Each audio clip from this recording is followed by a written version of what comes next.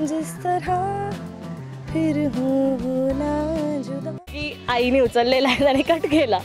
त्यानंतर मग मम्मी म्हटली इकडे आणि ठेवून दिली मला एक कानाखाली.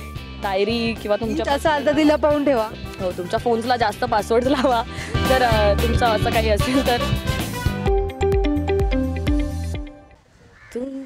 तू है वही दिल ने जिसे अपना कहा, तू है जहाँ मैं हूँ वहाँ, अब तो ये जीना तेरे बिन है सजा. हो मिल जाए इस तरह दो लहरें, जिस तरह मिल जाए इस तरह दो लहरें, जिस तरह फिर हूँ ना जुदा, ये वादा रहा. सॉरी बदला काय पण खूप छान गाणं गायलीस. सो मला किस्सा ऐकायचा.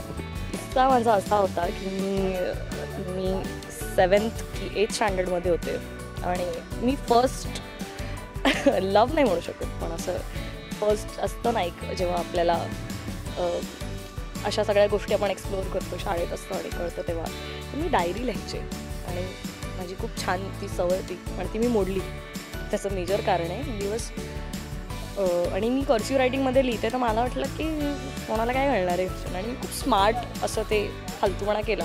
तर एका मुलाने मला आजच्या दिवशी रोज डेला एक छान असं मोठं रोज दिलं आणि एवढी मोठी सिल्क. त्या काळात म्हणजे मी स्वतःहून मला नाही वाटत मी कधी सिल्क विकत घेऊन खाल्ली असेल. एवढी मोठी सिल्क त्याने मला स्कूल संपल्यानंतर दिली. मी शॉकमध्ये की हे काय होतं आहे आणि तो म्हटलं की मला खरंच खूप आवडतेस असं तसं. आणि मी म्हटलं ठीक आहे मी विचार करेन. मला ते चॉकलेट हवं, मी गोल्ड डिगर नाही, मला ते सिल्क हवं होतं. आणि मी म्हणाले की ठीक आहे बरं ते 2 होते. म्हटलं ठीक आहे एक तू ठेव एक मला दे. आणि ते रोज आणि ते सिल्क मी घरी घेऊन आले. ते मी खाल्लं संपवलं ते रॅपर मी ठेवलं माझ्या डायरीमध्ये आणि मी डायरीमध्ये लिहिलं छान तो किस्सा लिहिला मी इंग्लिशमध्ये. I met this guy and he gave me this असं मी नाव मेन्शन नाही केलं. बरं त्याचा आणि माझ्या आईचा वाढदिवस एकाच दिवशी येतो आणि मी त्या डायरीत लिहिलं होतं. माझ्या आईने ती डायरी रात्री वाचली की हे काय. आणि मग त्या काळात असे छोटे फोन्स होते आणि मम्मीचा फोन मी घेतला आणि त्याला फोन केला.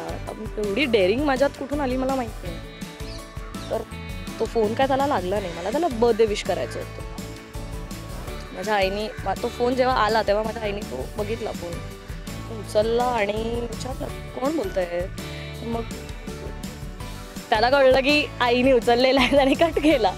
त्यानंतर मग मम्मी म्हटली इकडे आणि ठेवून दिली मला एक कानाखाली. आणि हे काय आहे हे सगळं डायरीमध्ये काय लिहिलं. म्हटलं अगं मम्मी ते असंच लिहिलं आहे टाईमपास आहे खोटं आहे ते. बोलते खरं ना नक्की ना. म्हटलं हां तर काही नाही आहे.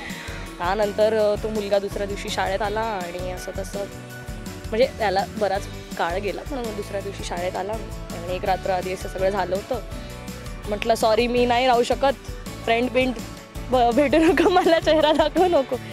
त्यांनी लिटरली त्याचं डिव्हिजन चेंज केलं म्हणजे दुसऱ्या तुकडीत शिफ्ट झाला तो. त्याला एवढं हर्ट झालं आणि मला खूप वाईट वाटलं ते बघून.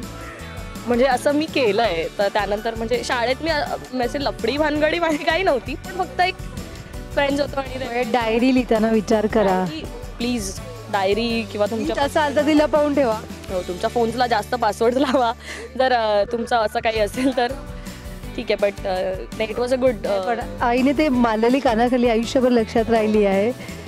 त्यामुळे अशी चूक करू नका. लहान होती तेव्हा ती.